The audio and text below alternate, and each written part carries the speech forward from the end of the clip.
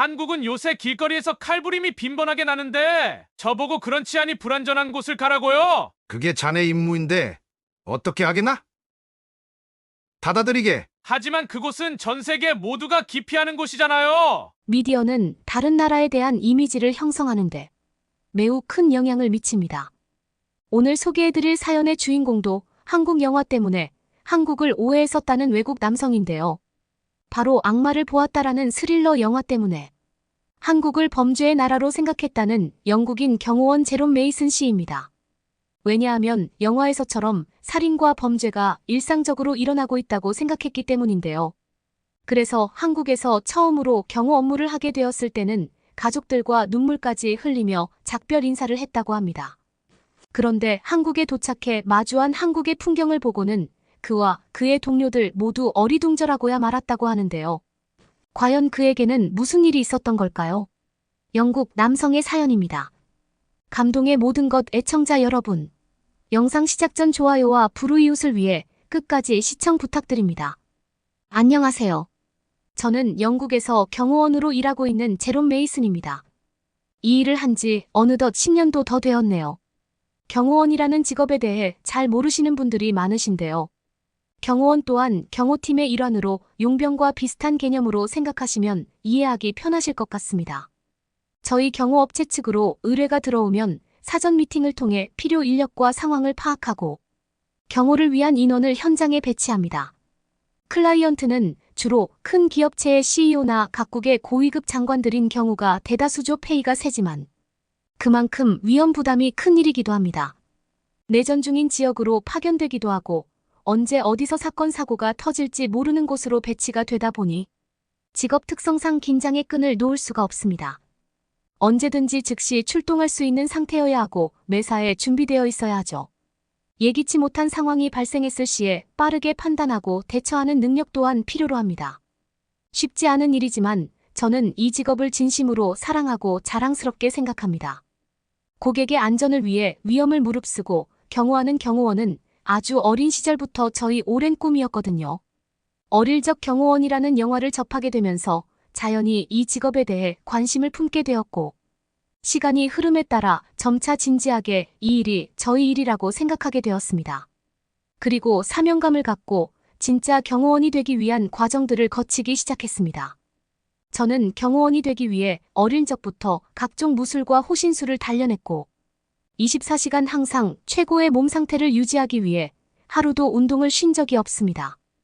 단순히 신체적인 능력뿐 아니라 무기 사용 능력 또한 요하는 직업이기 때문에 사격 실력도 갈고 닦았고 위기 상황에서의 빠른 판단과 대응을 위해 스스로 상황을 설정하고 대처하는 훈련도 했습니다. 그 결과 저만의 치밀한 상황 대처 매뉴얼을 구축해낼 수 있었습니다. 그렇게 10년이라는 시간이 지나도록 큰 실수 없이 주어진 임무를 성공적으로 완수하는 에이스로 자리 잡을 수 있었고 선임과 동료들의 가장 큰 신임을 얻게 되었습니다. 물론 저를 존경하고 따르는 후임들도 생기게 되었죠. 저희 업체의 소위 큰 건이라고 말하는 임무는 자연스레 저의 차지가 되었고 이 일을 하며 고위급의 사람들도 많이 만날 수 있어 좋았습니다. 이 직업을 선택하지 않았다면 평생 한번 마주치기도 어려울 정도의 고위급 인물들을 실제로 피부가 맞닿는 거리에서 경호하게 되었고 심심찮게 대화도 나눌 수 있었습니다.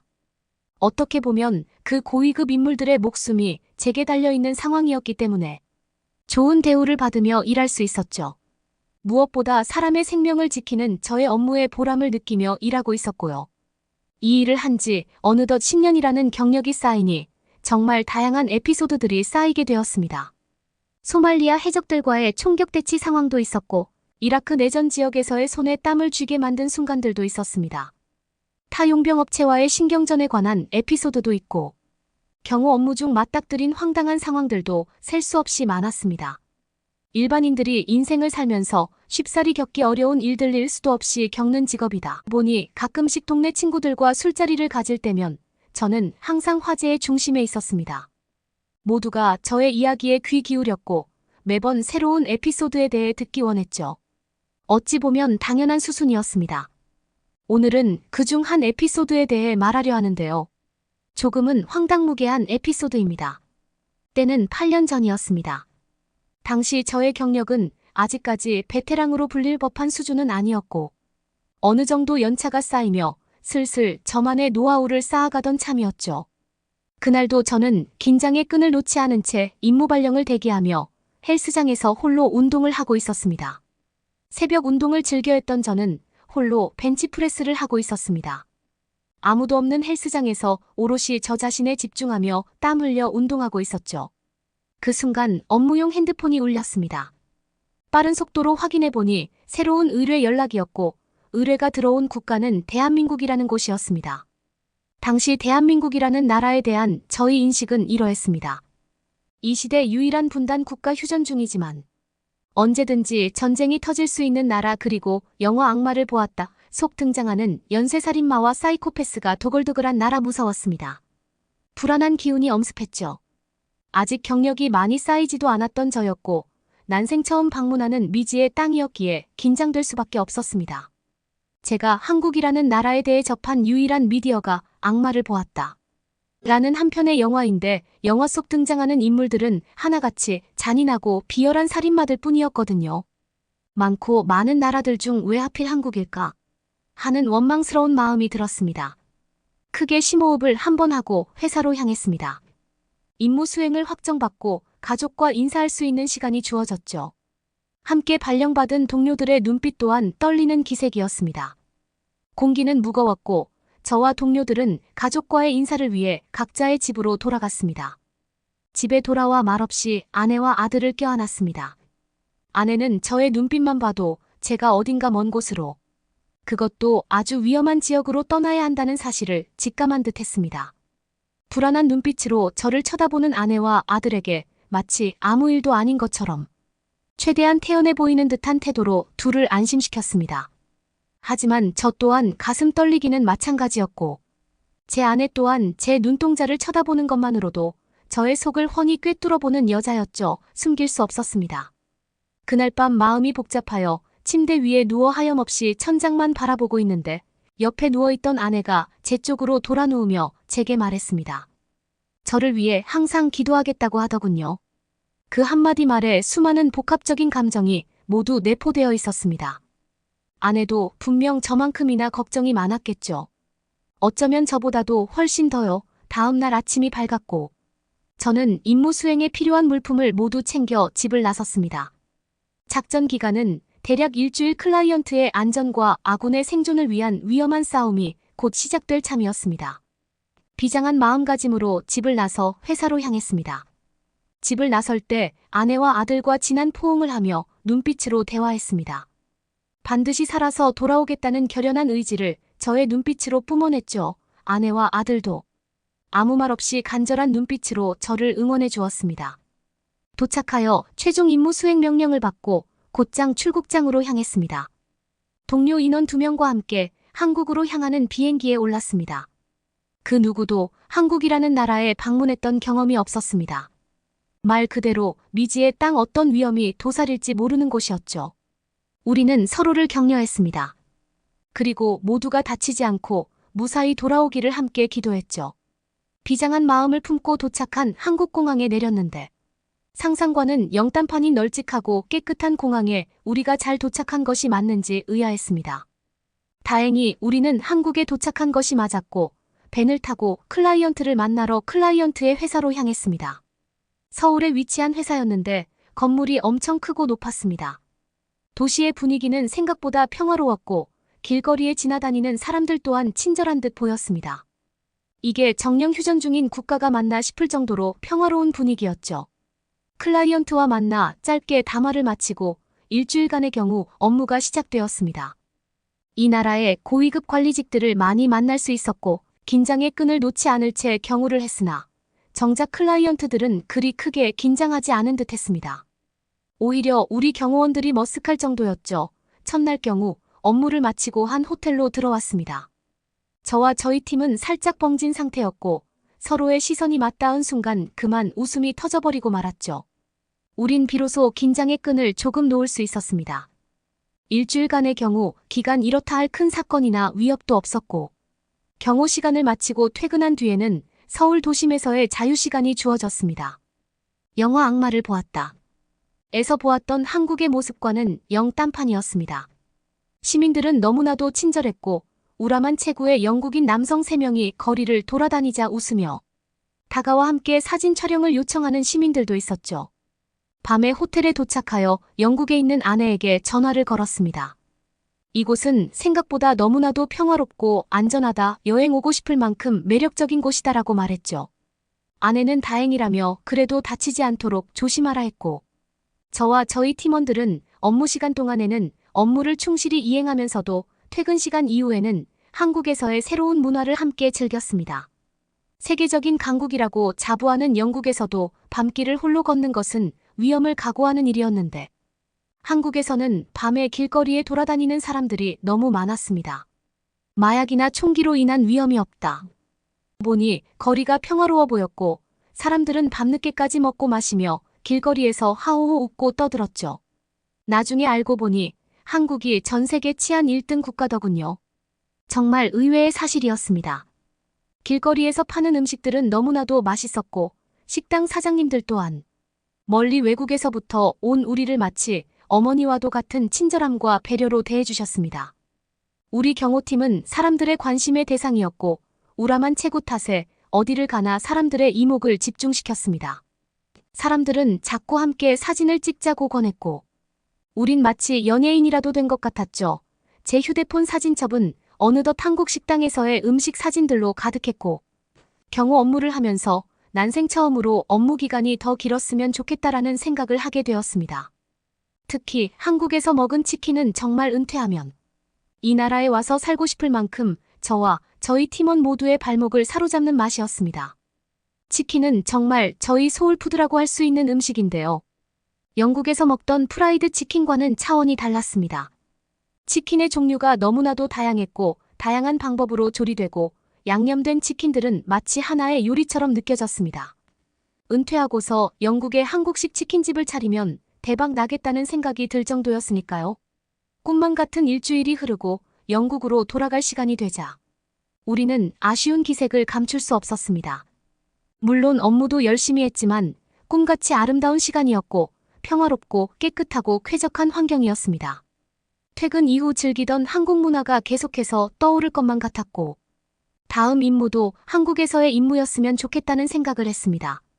그렇게 한국에서의 계약 기간이 만료되고 저와 저희 팀원들은 아쉬운 마음을 뒤로한 채 다시 영국으로 향하는 비행기에 올랐습니다. 영국으로 돌아가는 비행기 안에서도 회사에 좋았던 경험을 서로 끊임없이 공유했죠. 회사로 돌아온 우리는 아직까지 한국 발령을 받아보지 못한 동료들에게 우리의 경험을 공유하며 강력히 추천하기 시작했습니다.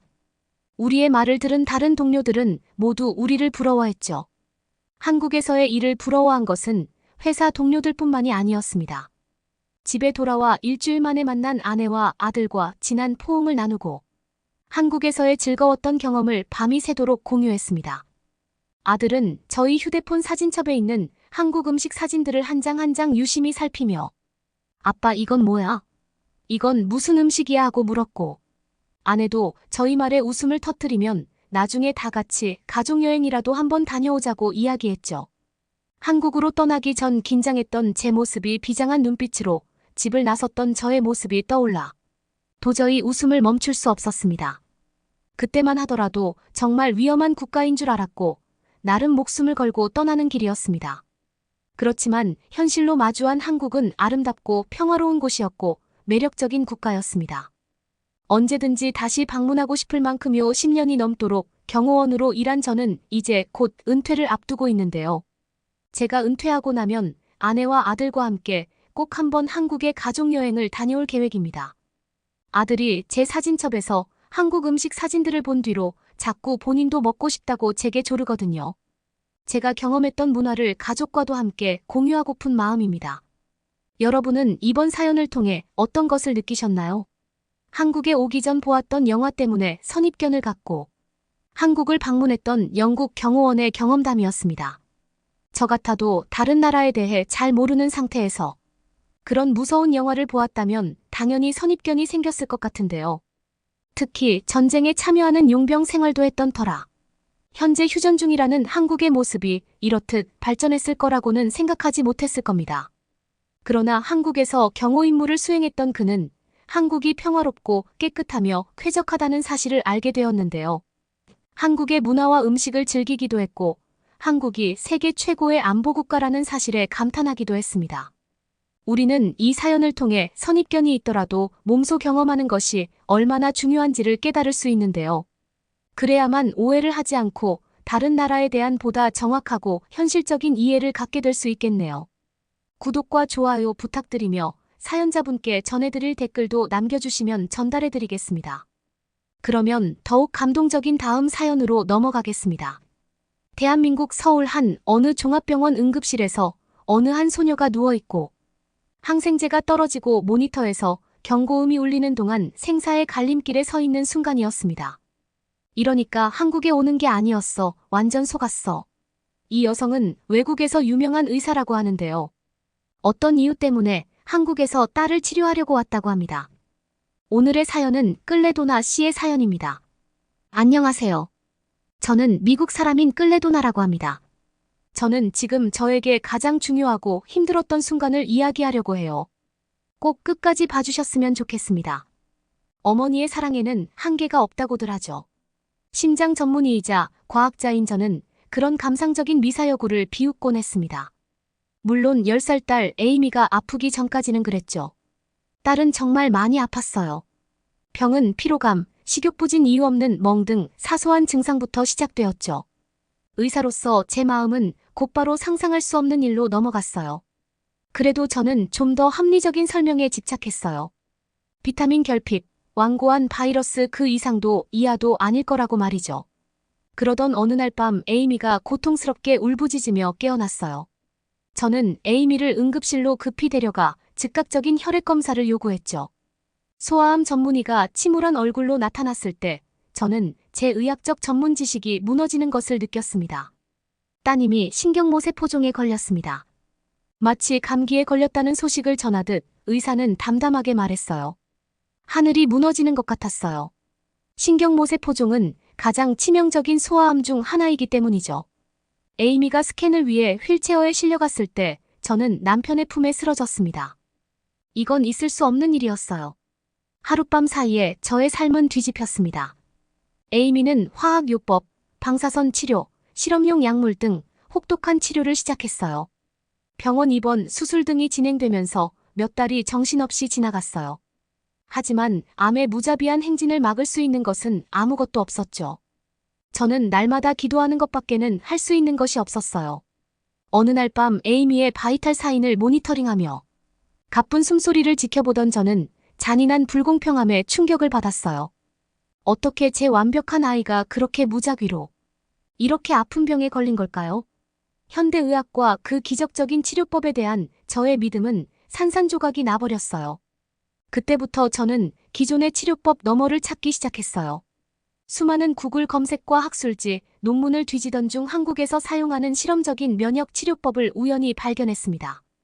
임상시험 결과 신경모세포종 환자의 성공률이 85%에 달했습니다. 대한민국 이름만 들어도 소름이 끼쳤어요. 대부분의 서양 의사들처럼 저도 무의식적으로 동양의학을 침술, 부항, 마법의 약초와 같은 구시대적인 허황된 것으로 치부했었기 때문이죠. 하지만 데이터는 부정할 수 없었어요. 지난 20년 동안 한국은 의료 발전의 최전선에 서게 되었습니다. 이제 한국은 기술적으로 뛰어난 의료 시스템을 자랑하고 있었어요. 하지만 여전히 의구심은 저를 괴롭혔습니다. 에이미가 약을 먹으며 편안하게 잠든 동안 저의 머릿속은 복잡해졌어요. 내가 충동적이고 비이성적인 결정을 내리는 것은 아닐까? 에이미를 지구 반대편으로 끌고 가서 괜히 더 큰 고통을 겪게 만들지는 않을까? 병원 블라인드 사이로 빛이 스며들자 에이미가 눈을 떴습니다. 엄마 피곤해 보여요. 그녀가 울먹였어요. 그 순간 딸의 흐릿하지만 여전히 아름다운 눈을 바라보며 저는 이 희망의 가닥이 어디로 향하든 우선은 무조건 따라가야 한다는 것을 알았습니다. 딸에게 조금이라도 기회가 주어진다면 시도해야만 했죠. 저희는 서둘러야 했습니다. 에이미의 건강은 급속도로 악화되었고 암이 전이되어 기존의 모든 치료법에 내성이 생겼기 때문이죠. 2주 만에 저희는 의료기록과 병원 서류들로 무장한 채 서울행 대한항공 비행기에 몸을 실었어요. 비행기가 한국의 해안선 상공을 지날 때 저는 경이로움에 빠져 바깥을 바라보았어요. 꼼꼼하게 기와를 얹은 고풍스러운 지붕과 햇빛에 반짝이는 우뚝 솟은 유리로 된 고층 빌딩들이 어우러져 있었어요. 천만 인구의 대도시 서울은 현대적 풍요로움으로 북적거리면서도 수백 년의 전통을 간직한 채 저희 앞에 놓여 있었어요. 이곳에서 정말 에이미의 치료법을 찾을 수 있을까요? 병원은 세련된 고층 빌딩 숲 사이에서도 눈에 띄었어요. 높은 유리 구조물은 중앙 정원을 중심으로 우아하게 휘어져 있었고 높은 아트리움으로 햇빛이 쏟아져 들어오고 있었죠. 저는 첨단 영상 촬영실, 고급스러운 수술실, 치료실에서 풍기는 독특한 향에 감탄했습니다. 이곳에서는 고대 동양의 관행과 선구적인 서양 의학이 자연스럽게 어우러져 있었어요. 에이미의 파일을 검토한 후 정지수 박사는 저희와 함께했습니다. 그는 언어의 장벽에도 아랑곳하지 않고 따뜻한 미소를 지으며 마사지와 침술, 한약을 마시는 동작을 따라하며 생동감 있는 제스처를 취했어요. 저는 정중하게 고개를 끄덕이며 열린 마음을 유지하려고 노력했죠.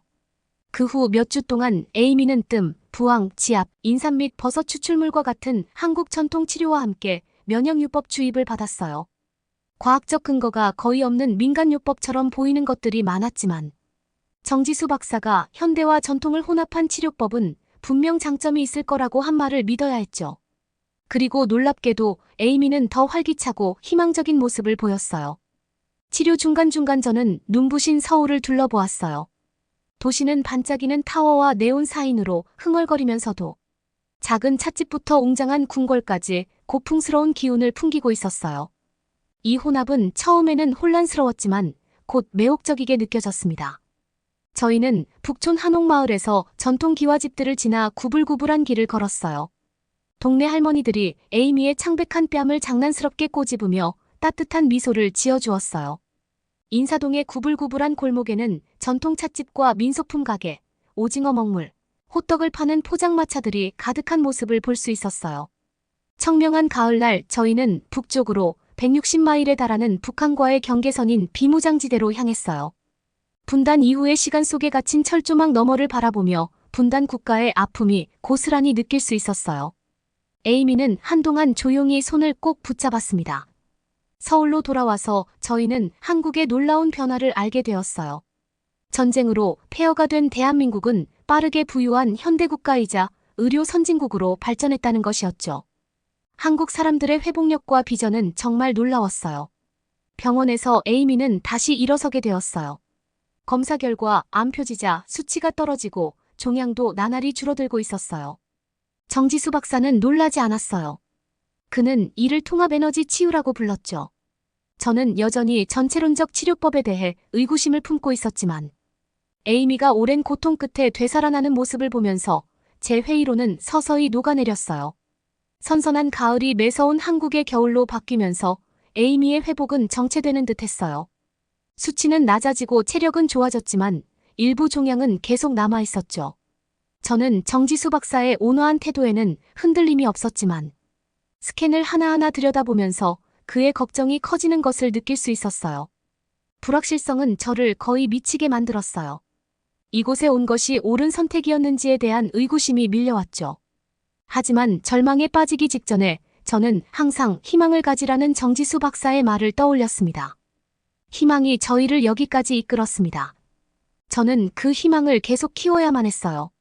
크리스마스 아침 저희는 첫눈이 서울의 어지러운 스카이라인을 하얗게 덮는 모습을 지켜보았어요. 에이미의 눈은 어린아이 같은 경이로움으로 반짝이고 있었죠. 뼈를 시리게 하는 한국의 겨울 속에서 새해가 왔다가 사라졌습니다. 은빛 설해로 뒤덮인 도시가 반짝이는 가운데 고드름이 탑 옥상에 드리워져 있었죠. 매일 세브란스 병원으로 통원하는 동안 눈은 소용돌이쳤고 울코트는 차가운 공기에 맞서 꽉 조여졌어요. 병원의 매끈한 아트리움 안으로 들어서자 따스한 햇살이 저희를 맞이해 주었어요. 정지수 박사님과의 진료 예약을 위해 이동하는 동안 보이는 직원들은 이제는 가족처럼 느껴졌죠. 하지만 어느 날 아침 뭔가 잘못되었다는 것을 바로 느낄 수 있었습니다. 정지수 박사의 평소 밝은 미소가 사라진 것이었죠. 그는 천천히 저희에게 말했어요. 암이 폐로 전이되었습니다. 라고 그는 말했어요. 심장이 쿵하고 떨어지는 듯한 느낌이 들었어요. 저희 이 단어는 의사들이 가장 두려워하는 단어였어요. 정지수 박사가 제 어깨를 두드려 주었을 때 저는 이미 숨을 헐떡이고 있었어요. 정말 죄송합니다. 치료법을 조정해야 할 것 같아요. 아직 여러 가지 방법이 있으니 너무 낙담하지 맙시다. 저는 그의 말을 믿고 싶었지만 그 순간 저희의 운명이 결정된 것처럼 느껴졌어요. 끝없는 치료와 여행용 가방에서 생활한 것이 아무 소용이 없는 것 같이 느껴졌죠. 이곳에 온 것은 저의 큰 실수였습니다. 에이미는 나아지지 않았어요. 저는 하나뿐인 아이를 잃게 되었습니다. 결국 저의 참담함이 제 얼굴에 고스란히 드러나고 말았어요. 정지수 박사의 표정이 갑자기 부드러워졌습니다. 클레도프 희망을 잃지 마세요. 희망이야말로 가장 강력한 약이니까요. 저는 그의 차분한 낙관주의를 담기 위해 헛되이 고개를 끄덕였어요. 저의 의학적 지식과 논리는 이것이 종말의 시작이라고 말하고 있었기 때문이죠. 어떻게 에이미의 건강을 되찾을 수 있을까요? 하지만 저는 정지수 박사의 평온한 눈을 바라보며 몇 달 전에 했던 약속, 즉 그의 치료법을 전적으로 신뢰하기로 했던 약속을 떠올렸어요. 그래서 저는 의심을 떨쳐버리고 옛말을 위해 용감한 표정을 지었습니다. 하지만 에이미는 제가 아무리 감추려고 해도 제 감정을 읽어내는 놀라운 재능을 가지고 있었어요. 저는 힘을 보여줘야 했습니다. 이것은 저희의 근성을 시험하는 궁극적인 시험일 뿐이에요. 저는 마음을 다잡았습니다. 치료는 새로운 강도로 시작되었어요. 주 2회 면역 요법 주입, 림프 배수를 자극하는 침술, 혈액순환과 기의 흐름을 촉진하기 위한 지압점, 부항 해독과 영양 공급을 위한 다양한 한약들로 말이죠. 몇 주 후 에이미의 식욕이 돌아왔어요. 가슴이 답답한 기침도 가라앉게 되었죠. 업데이트된 스캔 결과 놀랍게도 폐종양이 약간 줄어든 것으로 나타났어요. 아주 미세한 진전이지만 확실하게 부인할 수 없는 진전이었죠. 정지수 박사는 이를 통합진료의 시너지 효과를 증명하는 것이라고 생각했어요. 저의 회의로는 점점 완화되었습니다.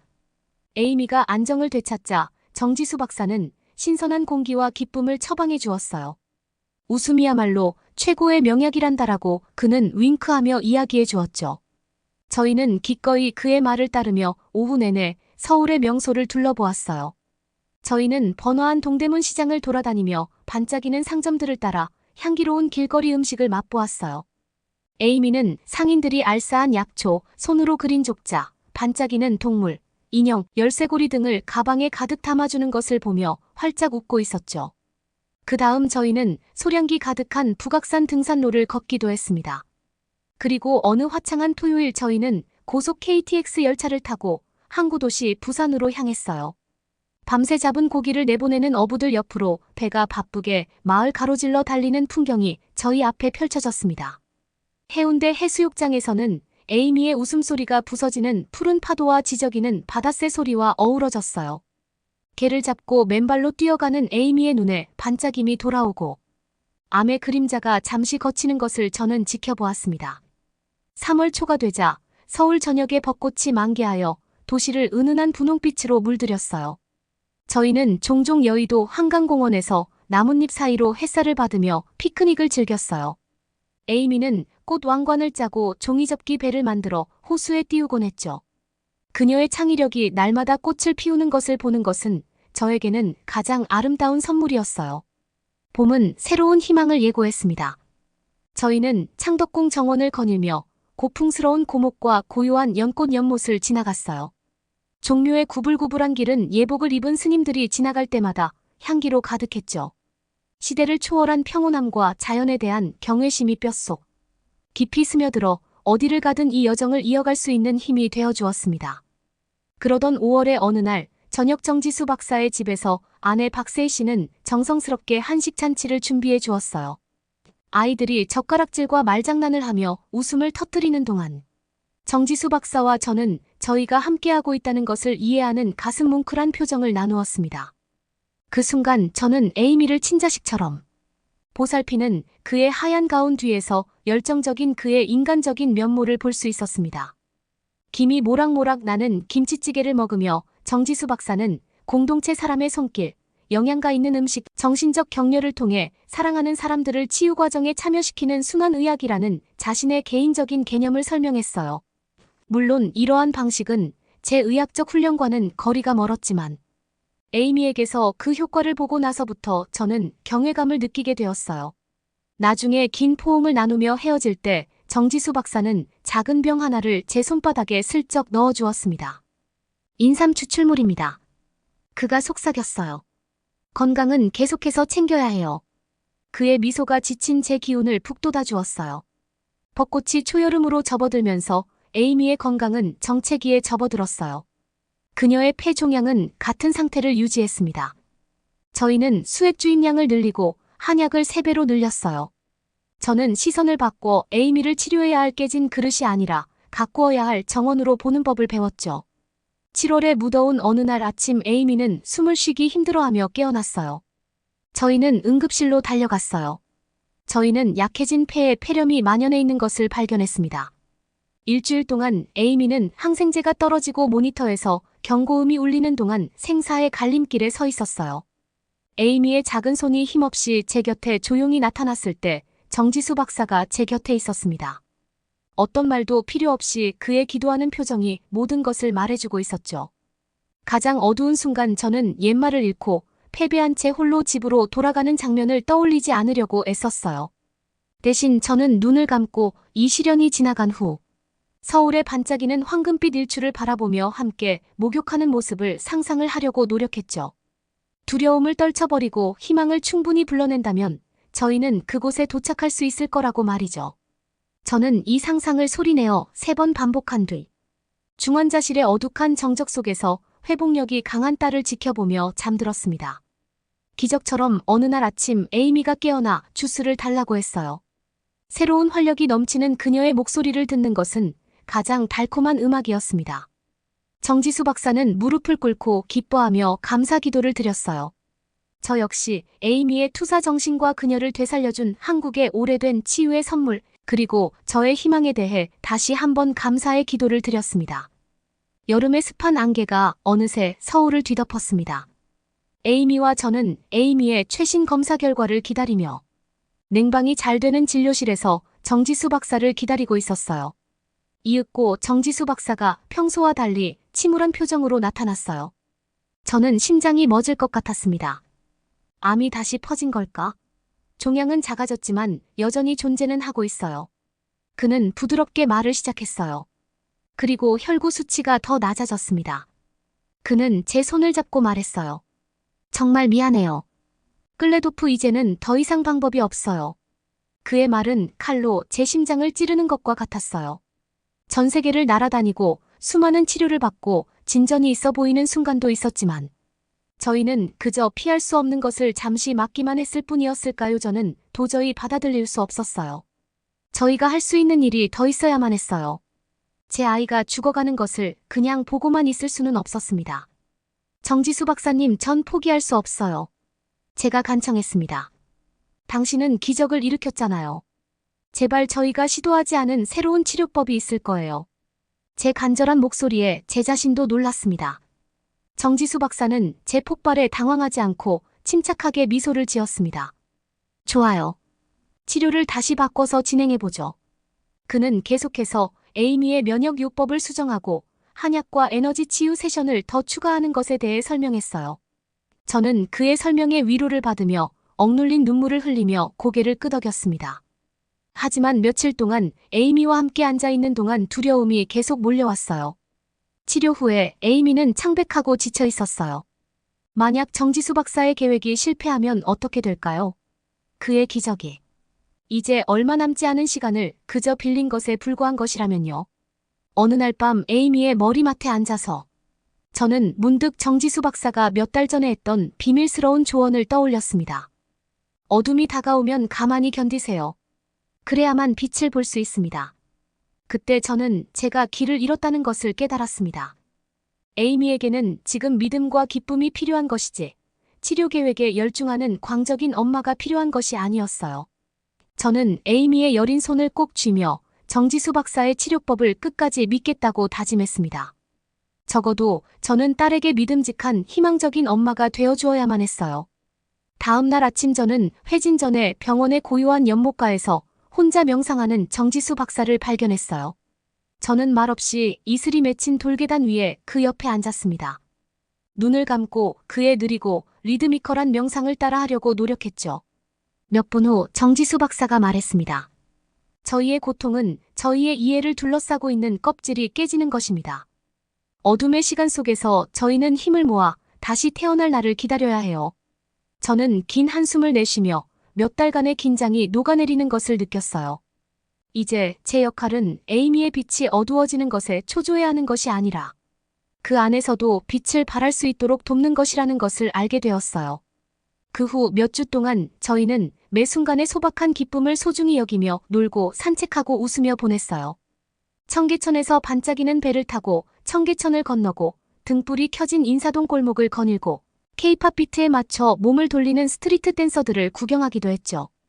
병원에서는 주사를 맞을 때는 주사상, 침을 맞을 때는 침상을 뽑아 우스꽝스러운 상을 주는 등 치료를 놀이로 바꾸기도 했습니다. 덕분에 에이미의 쾌활한 기운은 언제나처럼 활기차게 유지가 될 수 있었죠. 정지수 박사의 제안으로 에이미는 병원에서 환자들을 지도하던 인자한 눈빛과 따뜻한 웃음을 지닌 지율 스님에게 명상 수업을 받기 시작했어요. 저는 지율 스님이 호흡법 잔잔한 음악, 피어나는 꽃과 흐르는 시냇물의 이미지를 통해 아이들을 이끄는 모습을 지켜보았어요. 그 모습을 지켜보면서 저는 스트레스를 줄이고 정신적 에너지를 치유하는 스님의 힘을 느낄 수 있었죠. 이러한 신비로운 관행에 대해 회의적이었던 저의 생각은 이제 경외감으로 바뀌었습니다. 9월의 어느 화창한 오후, 북촌 한옥마을에서 북적이는 공예품 박람회를 우연히 발견하게 되었어요. 산모자, 그림이 그려진 손부채, 점토, 도자기 등에 둘러싸인 많은 레진, 펜던트의 화려한 장신구를 직접 만들고 있는 한 예술가의 손길에 매료되었어요. 에이미는 저를 향해 눈을 반짝였습니다. 레진은 무엇이든 영원히 보존할 수 있다고 말씀하셨던 거 기억하시죠? 제가 대답하기도 전에 에이미는 펜던트에 담을 옅은 분홍색과 보라색 꽃을 고르기 시작했고 어두운 터널 속에서도 한국의 아름다움을 기억할 수 있는 기념품을 만들게 되었어요. 에이미가 자신의 작품을 완성하는 모습을 보면서 그녀의 지혜에 저는 다시 한번 감탄했습니다. 어떻게 하면 그녀의 불굴의 정신을 표현할 수 있을까요? 그 해답은 마음속에서 속삭임처럼 들려왔습니다. 통제와 두려움을 내려놓으세요. 대신 매 순간을 가능한 한많은 빛으로 채우는데 집중하세요라고 말이죠. 어느새 가을의 쌀쌀함이 찾아왔습니다. 에이미는 가을 공주로서의 역할에 전념하고 있었죠. 그녀는 서울의 풍성한 공원과 궁궐을 가로지르는 주홍빛 단풍과 호박색, 은행나무를 감상하며 가을의 정취에 취했습니다. 겨울이 오기 전 마지막 나들이 날 창덕궁 경내에는 금빛과 루비색 단풍잎이 발밑에 바삭바삭하게 깔려 있었어요. 에이미는 저물어가는 단풍을 감상하며 걸음을 멈췄습니다. 가끔은 내려놓아도 괜찮지, 엄마, 그녀가 부드럽게 물었어요. 에이미는 역시나 항상 저에게 가르침을 주는 똑똑한 딸이었죠. 새로운 이해에 만족하며 저희는 저희에게 주어진 모든 선물을 소중히 간직하기로 다짐하며 열린 마음으로 앞으로 다가올 일을 받아들일 준비를 한 채 추운 겨울을 맞이했어요. 저희가 장난기 가득한 유머와 가벼운 마음으로 에이미의 시술을 놀이로 바꾸려고 노력하는 동안 병원 밖에는 눈이 소용돌이치고 있었어요. 정지수 박사는 이야기와 수수께끼를 들려주며 병실에 따뜻한 온기를 불어넣었죠. 뼈가 시리도록 추운 1월의 어느 날, 오후 에이미와 저는 수액주사를 맞은 후 고요한 병원 명상실의 벽난로 옆에 앉았어요. 눈을 감고 조용한 음악이 부드럽게 연주되는 가운데 저는 에이미의 호흡이 서서히 제 호흡과 동기화되는 것을 느낄 수 있었습니다. 은혜의 느낌이 제 몸과 마음을 가득 채웠어요. 무슨 일이 있었든 저는 문득 저희가 이 소중한 순간을 함께 나누며 온전한 느낌을 받고 있다는 것을 깨달았죠. 저는 벽난로 옆에서 정지수 박사의 사무실에 새겨진 글귀를 떠올렸습니다. 마음으로만 제대로 볼 수 있다. 한국에서의 시간은 제 마음을 열고 어둠 속에서 저를 이끌어 주었어요. 비록 미래는 여전히 불확실했지만 희망의 힘이 저희의 길을 밝혀줄 것이라는 믿음으로 저는 마침내 평안을 얻게 되었습니다. 곧 음력설이 찾아왔습니다. 거리 곳곳을 장식한 연등부터 시끌벅적한 가족 잔치까지 서울은 온통 축하 분위기로 가득했죠. 병원에서는 직원들이 고운 한복을 입고 정지수 박사가 떡국을 나눠주고 있었어요. 새해는 새로운 시작을 의미합니다. 라고 그는 활짝 웃으며 말했죠. 이 희망찬 말은 제게 꼭 필요한 말이었어요. 에이미가 안정을 찾았으니 올해가 어떤 일이든 저는 두 팔 벌려 받아들일 준비가 되어 있었습니다. 눈은 여전히 땅에 쌓여 있었지만 봄의 기운은 스멀스멀 올라오고 있었어요. 에이미와 저는 나른한 오후를 버드나무 가지에 새싹이 돋아나기 시작하는 한강변을 산책하며 상쾌한 공기를 깊이 들이마시며 나른한 오후를 보냈어요. 작은 새싹 하나하나가 생명의 끈질긴 생명력에 대한 선언처럼 느껴졌죠. 3월 말 어느 날 아침 에이미는 아침 식욕이 왕성해져 잠에서 깼습니다. 그녀가 비빔밥을 한 그릇 가득 먹으며 수다를 떨고 웃는 모습을 보면서 저는 몇 달 동안 보지 못했던 진정한 에너지가 그녀에게 있다는 것을 깨달았어요. 예전에 에이미가 빛을 발하는 모습에 제 가슴이 부풀어 오르는 것이 느껴졌습니다. 다음 진료에서 에이미의 혈액 검사를 검토하던 정지수 박사의 눈빛이 밝아졌어요. 혈구수가 눈에 띄게 개선되었습니다. 그리고 여기 보세요. 그는 스캔 화면으로 가리키며 종양이 더 줄어들었습니다. 사라진 것이 아니지만 큰 진전이에요. 눈물이 흐르면서 저는 입을 틀어막았습니다. 상승 추세가 보이고 있다니 진짜라고 믿을 수 있을 것 같았어요. 저는 흐느낌 사이로 감사의 말을 내뱉으며 정지수 박사를 껴안고 말았어요. 그가 저를 안아주었을 때 저도 그의 뺨에서 눈물이 흐르고 있다는 것을 느낄 수 있었어요. 저희의 무언의 교감은 통역이 필요 없었습니다. 오늘 밤 축하해야 해요. 정지수 박사가 말했다. 남편과 저는 동의하며 미소를 지었고 무거웠던 마음이 새롭게 부풀어 올랐습니다. 그날 저녁 저희는 에이미가 좋아하는 불고기, 잡채, 김치 등 한국 음식을 즐겁게 펼쳐놓았어요. 에이미는 음식을 먹으며 북악산 등반, 펜던트 만들기, 스님들과의 명상 등 잊어버릴까봐 걱정했던 지난 몇 달간의 이야기를 계속해서 했어요. 소중한 추억을 고스란히 간직한 이야기를 들으니 가슴이 부풀어 올랐죠. 저녁 식사 후 에이미는 소파에 웅크리고 앉아 지친 기색이 역력한 표정을 지으며 만족스러워했어요. 남편과 저는 서로를 꼭 끌어안고 딸의 회복력에 경외감을 느끼며 조용히 울었습니다. 로봇처럼 일사불란하게 치료를 진행하던 모습은 사라졌습니다. 그 순간 저희는 에이미의 정신과 정지수 박사의 보살핌 그리고 모두가 저희를 끝까지 지켜봐 주신 은혜에 감사함을 느꼈을 뿐이었어요. 한국은 저희에게 깊은 치유를 가져다 주었습니다. 다음 날 아침 황금빛이 창문을 통해 들어와 아파트를 환하게 비췄어요. 밖에서는 보석 같은 까치들이 벚나무를 흔들며 새벽을 맞이하고 있었죠. 에이미가 평화롭게 잠든 동안 저는 저희 가족에게 기적을 선물해준 서울의 감사의 기도를 속삭였어요. 봄의 꽃망울은 저희에게 활력을 불어넣었습니다. 저희는 종종 번잡한 대도시를 벗어나 시골에서 자연의 소생을 만끽하기도 했어요. 설악산으로 떠난 당일치기 여행은 울퉁불퉁한 화강암 절벽과 대비되는 연분홍, 벚꽃 아래에서 행복한 하이킹을 선사해 주었습니다. 상쾌하고 신선한 상공기를 깊이 들이마시며 하이킹을 하면서 저희는 체력을 회복했죠. 언덕 너머에 자리 잡은 불교 사원에서 스님들은 에이미에게 건강과 장수를 기원하며 따뜻한 미소를 지어주었어요. 새소리, 꽃향기, 대지의 풍요로움으로 이 여행은 저희의 영혼과 감각에 영향을 공급해 주었어요. 서울로 돌아오자 벚꽃이 활짝 피어났고 시민들은 분홍빛 하늘 아래에서 화려한 피크닉을 즐기며 축제를 즐기고 있는 모습을 볼 수 있었죠. 정말 활기찬 모습이었어요. 5월이 되자 에이미의 에너지가 완전히 회복되었어요. 몇 달 동안 실내에 갇혀 지내던 그녀는 젊은 활력으로 벽을 튕기듯 뛰어다녔죠. 정지수 박사는 에이미에게 더 강도 높은 야외 활동을 할 수 있도록 허락했습니다. 신선한 공기와 운동이 회복에 도움이 될 거예요 라고 그는 권유했고 저희는 기꺼이 따랐습니다. 에이미가 나비를 쫓고 날아다니는 새를 들여다보는 동안 저희는 매일 서울의 푸른 길을 산책하고 자전거를 탔습니다. 햇살의 따스함이 피부로 스며들면서 자연이 주는 치유를 다시 만끽할 수가 있었죠. 흔들리는 소나무 아래 완만하게 구불구불한 오솔길을 정기적으로 하이킹하면서 서울의 산은 이제 저희의 뒷마당이 되어 있었습니다. 어느 황금빛 저녁 정지수 박사님 댁에서 저희는 한국식 바비큐를 즐겼어요. 식탁에 웃음소리가 울려 퍼지자 정지수 박사가 잔을 들었습니다. 건강과 가족 그리고 새로운 시작을 위하여 저는 정지수 박사와 그의 아내 세혜 씨, 빛나는 에이미 등 기쁨으로 환한 얼굴을 바라보며 그 귀한 말이 저를 감싸 안는 것을 느꼈어요. 함께한 시간이 얼마나 길었던지 저는 조건 없는 감사함으로 새로운 시작을 잘 가꾸어 나가겠다며 조용히 다짐했습니다. 선선한 6월의 아침, 저희는 종종 창경궁 경내를 거닐었습니다. 안개에 가려진 정원은 시대를 초월한 평온함을 발산하고 있었어요.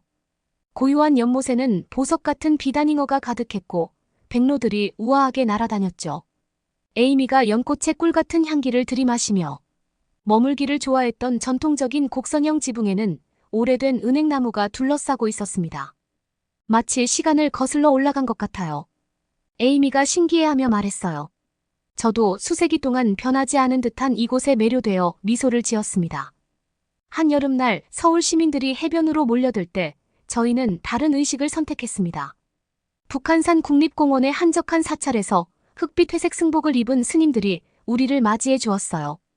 에이미는 그 어느 때보다 깊은 명상에 잠긴 듯 눈을 감고 두 손을 구부린 무릎 위에 고요히 얹고 함께 명상을 했습니다. 깜빡이는 촛불 속에서 저는 의심과 두려움으로 가득했던 서울로의 첫 비행을 떠올렸어요. 하지만 이제 종결이 눈앞에 다가왔습니다. 8월이 되자 날이 미묘하게 바뀌기 시작했고 유리와 타일로 이루어진 도시 위로 해가 일찍 떨어지기 시작했어요.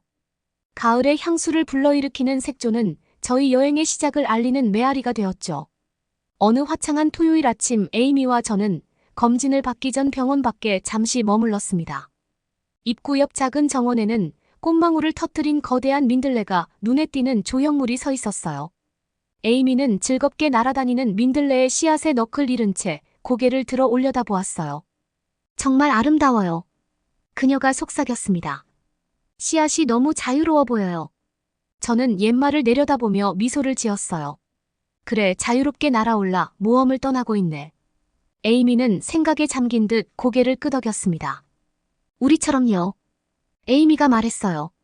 저는 그녀의 이마에서 바람에 흩날리는 머리카락 한 가닥을 빚어주며 그 안에 담긴 지혜로운 영혼을 엿볼 수 있었습니다. 저희는 반짝이는 조각상을 말없이 바라보며 감탄했습니다. 앞으로 어떤 불확실성이 닥치더라도 저희도 언젠가는 날아오를 것이라는 확신이 들었죠. 그날 오후 정지수 박사는 저희를 환하게 맞이해 주었어요. 에이미의 스캔 결과 자녀 종양은 흩어져 있을 뿐이었습니다. 혈구 수치는 정상이었죠. 그녀의 에너지는 완전히 돌아온 상태였어요. 저는 목이 메어 흐느꼈습니다. 40개월의 혹독한 투병 끝에 저희는 여기까지 왔고 완치 직전에 도달하게 되었어요. 정지수 박사는 제 손을 꼭 잡았습니다. 에이미의 몸과 정신을 치료하는 파트너로 저를 믿어주셔서 감사해요. 저는 여러 언어로 감사를 표하며 정지수 박사를 끌어안았어요. 저희 아이를 돌려주셨어요. 저는 쉰 목소리로 속삭였습니다. 당신은 저희에게 모든 것을 주셨어요. 정말 감사합니다. 약속이 끝난 후 저희는 단풍이 물드는 가을 하늘 아래 천천히 집으로 걸어갔어요. 벙어리 장갑과 털모자를 쓴 저희는 울퉁불퉁한 은행나무와 단풍나무의 화려한 색채에 감탄하며 종종 걸음을 멈췄죠. 상인들은 김이 모락모락 나는 생강차 잔을 나눠주었어요. 아이들은 빨갛고 금빛으로 물든 나뭇잎 더미 사이로 웃으며 과자를 바삭바삭 씹고 있었죠.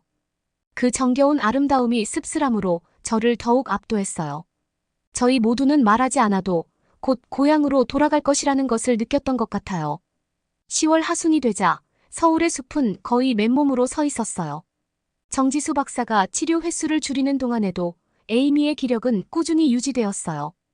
드디어 정지수 박사는 저희가 간절히 기다리던 소식을 전해주었습니다. 에이미가 완치되어 미국으로 돌아갈 준비가 되었다는 것이었죠. 비록 잠정적이긴 했지만 불확실성과 두려움으로 가득했던 초기에는 상상조차 할 수 없었던 결과였어요. 이 기적의 순간은 은혜와 인내, 그리고 한국의 깊은 치유의 은총을 통해 찾아왔습니다. 병원에서의 마지막 날 직원들은 에이미 주위에 모여 환호하며 쾌유를 기원하는 손수 만든 카드를 나눠주었어요. 마지막으로 저희가 만난 분은 정지수 박사님이었습니다. 그는 건강과 행운을 상징하는 옥펜던트를 에이미의 손바닥에 올려주었어요. 저희는 오랜 시간 동안 감사한 포옹을 주고받으며 말없이 마음의 진심이 자유롭게 흘러가도록 했죠. 저희를 배웅하기 전에 정지수 박사는 두 손을 모아 천천히 인사를 했습니다. 여러분의 삶에 기쁨과 목적이 넘치길 바라겠습니다. 밖으로 나가면서 저는 잠시 멈춰서서 수많은 투쟁과 성장의 배경이 되어준 우뚝 솟은 병원을 돌아보았어요. 이제 이곳은 저희 영혼에 영원히 새겨질 것만 같았죠. 문 앞까지 배웅 나온 정지수 박사는 에이미의 키 높이까지 무릎을 꿇고 마지막 포옹을 해주었어요. 구해줘서 고마워요. 에이미는 눈물을 흘리며 박사님의 어깨에 속삭였어요. 정지수 박사는 머리를 뒤로 넘기며 부드럽게 미소 지었죠. 아니 용감한 아이야, 넌 스스로를 구한 거야. 내 안의 빛을 항상 기억하렴. 집으로 돌아가는 비행은 그 두려웠던 첫 번째 여정과 같은 경로를 따라 지구를 가로지르는 길이었어요. 하지만 이번에는 희망에 부풀어 힘겹게 얻은 지혜로 무장하고 남은 여정의 동력을 얻으며 저희는 결국 날아올랐습니다. 여러분은 어떻게 보셨나요? 응원과 격려의 한마디씩을 댓글로 남겨주시기 바랍니다. 사연자분들에게 전달해드리겠습니다. 실제 사연 제보를 받고 있습니다. 채택되신 분께는 작은 선물도 보내드리고 있습니다. 저희의 사연이 여러분의 하루에 작은 힘이 될 수 있었으면 좋겠습니다. 감동적인 사연을 주변 분들과 이야기 나눠보세요. 더욱더 좋은 영상으로 다시 찾아뵙겠습니다.